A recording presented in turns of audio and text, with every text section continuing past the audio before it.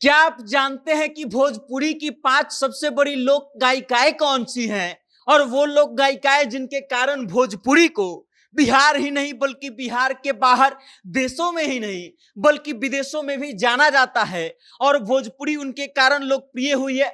आज हम आपको बताएंगे भोजपुरी की 5 ऐसी सबसे महान लोक गायिकाओं के बारे में जिनके कारण भोजपुरी को जो प्रसिद्धि मिली है वो आज के दौर से कहीं ज्यादा है और जिनके कारण लोग विदेशों में भी भोजपुरी को बड़े चाव से सुनते हैं। तो आइए इस सूची में जो नाम है, 5वां नाम है वो मैथिली ठाकुर है। ये 5 लोक गायिकाओं में शामिल है।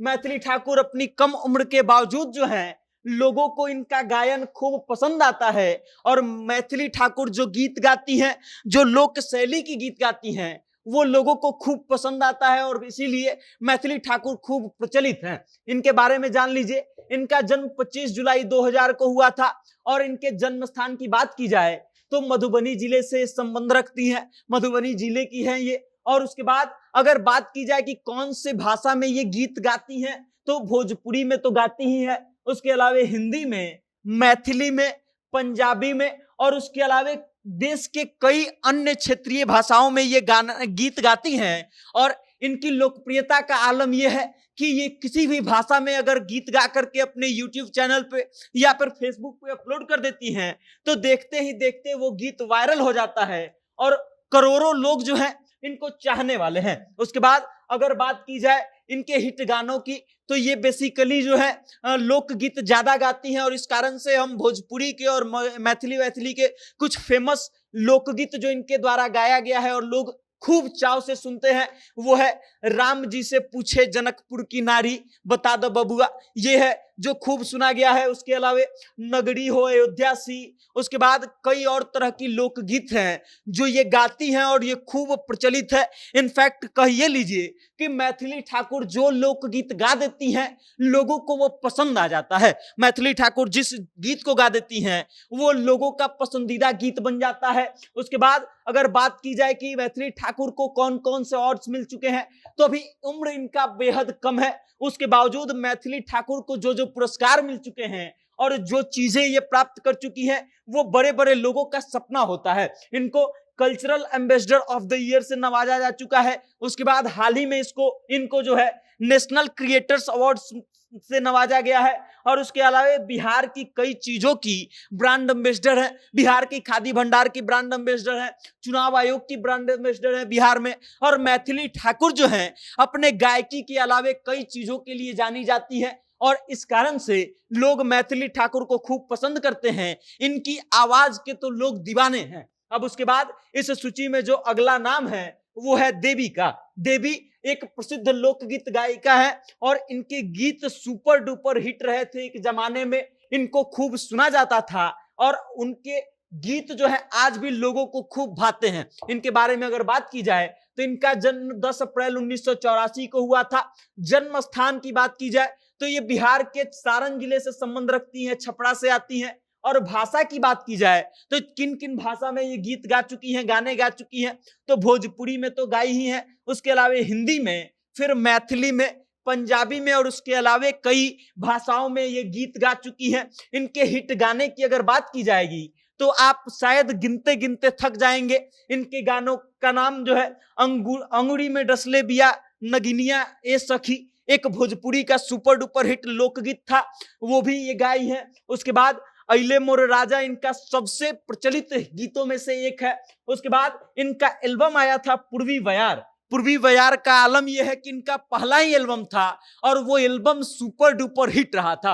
अब इस बात से आप अंदाजा लगा सकते हैं कि देवी जो ये सिंगर है, भोजपुरी की लोक गायिका है, इनका जलवा कितना ज्यादा होगा और लोग इनको कितना पसंद करते हैं। ये शारदा सिन्हा और मालिनी अवस्थी, भिखारी ठाकुर जैसे लोगों की जो शैली रही है उनको आगे लेकर के जाने का काम करती हैं। विद्यापति और इन सब लोगों के परंपरा को ये आगे बढ़ाने का काम करती हैं और इनका लोग जो है इनका इनको खूब पसंद करते हैं, इनके गीतों को खूब सुनते हैं। उसके बाद अगर बात की जाए कि इनको कौन कौन से पुरस्कार मिल चुके हैं, तो इनको भोजपुरी रत्न सम्मान से नवाजा जा चुका है, बिहार गौरव सम्मान दिया जा चुका है, भोजपुरी गौरव सम्मान दिया जा चुका है, और उसके अलावे कई तरह के सम्मानों से इनको सम्मानित किया जा चुका है।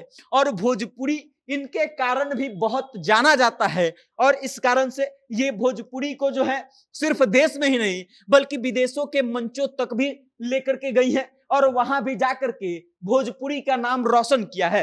तो ये थी भोजपुरी की वो लोक गायिका जिनके कारण भोजपुरी को जाना जाता है। उसके बाद इस सूची में अगला जो नाम है वो है कल्पना पटवारी जी का। कल्पना पटवारी जी भोजपुरी में बहुत अच्छे अच्छे गीत गाई हैं, और इनके भी प्रशंसक जो हैं वो करोड़ों की संख्या में है। इनके बारे में बात की जाए तो इनका जन्म 1978 में हुआ था, और जन्म स्थान की बात की जाए तो ये सोरभोग एक जिला है आसाम का, वहां से संबंध रखती है, वहां से आती है। मतलब इनका जो वो है ताल्लुकात है वो उत्तर प्रदेश बिहार से नहीं है, उसके बावजूद ये भोजपुरी गीत जो गाती है उसके लोग दीवाने हो जाते हैं। भाषा जिसमें इन्होंने गीत गाए हैं तो वो है भोजपुरी, आसामी, हिंदी, मराठी, बंगाली, अंग्रेजी, और उसके अलावे टोटल 32 भाषाओं में ये गीत गा चुकी हैं। उसके बाद हिट गाने जो इनके रहे हैं वो जान लीजिए, मरून कलर सरिया, हाल फिलहाल में नीलकमल सिंह का एक गाना आया था, और उस गाने में जो महिला की आवाज आपको सुनाई दे रही थी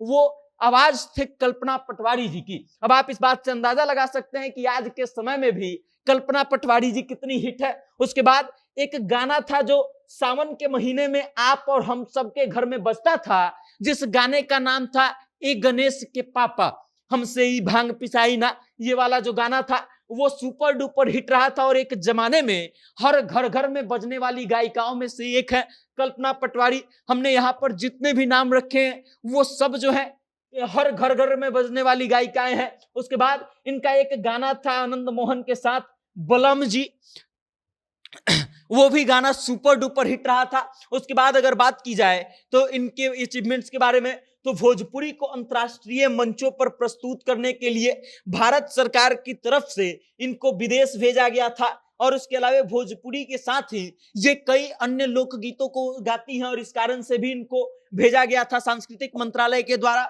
और ये इनका अचीवमेंट रहा है। उसके बाद इस सूची में जो अगला नाम है वो है मालिनी अवस्थी का। मालिनी अवस्थी जी को ऐसा कोई होगा ही नहीं जो भोजपुरी सुनने वाला हो और मालिनी अवस्थी का नाम न सुना हो। इनका जन्म जो है 1967 में होता है, और उसके बाद जन्म स्थान की बात की जाए तो कन्नौज उत्तर प्रदेश से ये ताल्लुकात रखती हैं। जिस भाषा में ये गाना गा चुकी हैं उस भाषाओं में शामिल है भोजपुरी, अवधी, बुंदेली और हिंदी जैसे तमाम भाषाएं शामिल है। उसके बाद इनके हिट गीतों की बात की जाए तो एक बड़ा प्रसिद्ध भोजपुरी का लोकगीत है मिर्जापुर कैला गुलजार, वो बहुत फेमस गीत है जो मालिनी अवस्थी जी भी गाई हैं, और इनकी आवाज में अगर आप इस गाने को सुन लेंगे तो शायद आप इस गाने को कहीं और सुन नहीं पाएंगे। उसके बाद रेलिया बैरन एक बहुत बढ़िया भोजपुरी गीत है जो इनका गीत है, और वो भी गाना सुपर डुपर हिट है। उसके बाद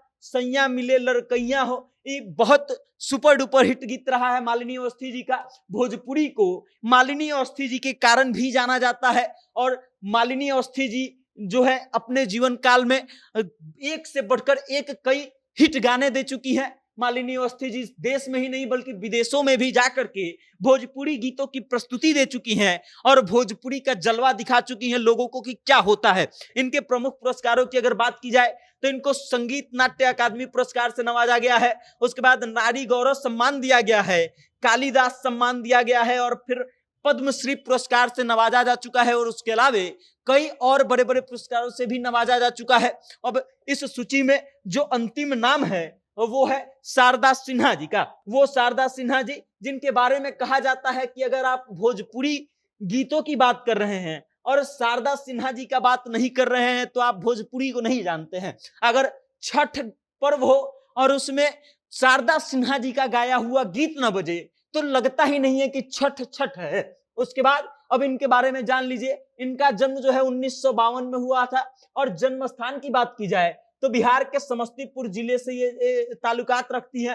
भाषा की बात की जाए तो ये भोजपुरी में गा चुकी हैं, मैथिली में गा चुकी हैं, मगधी में गा चुकी हैं, बज्जिका में गा चुकी हैं और फिर हिंदी में भी गा चुकी हैं। और अगर शारदा सिन्हा जी के हिट गानों की बात की जाए, हिट गीतों की बात की जाए, तो हिंदी का एक बड़ा सुप्रसिद्ध गीत है, कहे तो से सजना तोहरी सजनिया। ये इतना फेमस गीत है कि ये लोगों के जुबान पे एकदम रहता है, भोजपुरी सुनने वालों लोगों के जुबान पर ये गीत रहता है। उसके बाद छठ के मामले में तो शारदा सिन्हा जी का शायद ही कोई टक्कर ले पाए, क्योंकि छठ के जितने गीत शारदा सिन्हा जी के वायरल रहते हैं, जितना गीत शारदा सिन्हा जी का सुना जाता है, उतना शायद ही किसी और का सुना जाता हो। अब इनका एक छठ का गीत है, केलवा के पात पर उगेलन सूरजमल, ये बहुत प्रसिद्ध गीत है, वो शारदा सिन्हा जी ने गाया है। उसके बाद जोरे जोरे सुपवा, ये भी शारदा सिन्हा जी का है, छठ गीत है। और इनके बारे में अगर बात की जाए कि इनको कौन कौन से पुरस्कार मिले हैं, तो पुरस्कारों की सूची जो है वो खत्म नहीं होगी। इनको संगीत नाट्य अकादमी पुरस्कार इनको भी मिला है, बिहार कोकिला सम्मान से ये नवाजी जा चुकी हैं, उसके बाद पद्मश्री से नवाजी जा चुकी हैं, और फिर इनको पद्म भूषण भी मिला है। और उसके अलावा कई और पुरस्कारों से राज्य सरकार के द्वारा और केंद्र सरकार के द्वारा इनको नवाजा जा चुका है। और आप इस बात से अंदाजा लगा सकते हैं कि ये भोजपुरी की वो टॉप 5 लोक गायिकाएं हैं, जिनके कारण भोजपुरी का महत्व है, जिनके कारण भोजपुरी को लोग विदेशों में भी जानते हैं, विदेशों में भी सुनते हैं और खूब चाव से सुनते हैं। इन 5 के कारण ही भोजपुरी को आज जो उपलब्धि मिली है वो मिली हुई है। बाकी इन 5 के अलावा आप किसके बारे में सोचते हैं जिनका नाम यहां पर होना चाहिए था? अपनी राय कमेंट करके हम तक भेजिएगा और देखते रहिएगा जनता जंक्शन। बहुत बहुत धन्यवाद।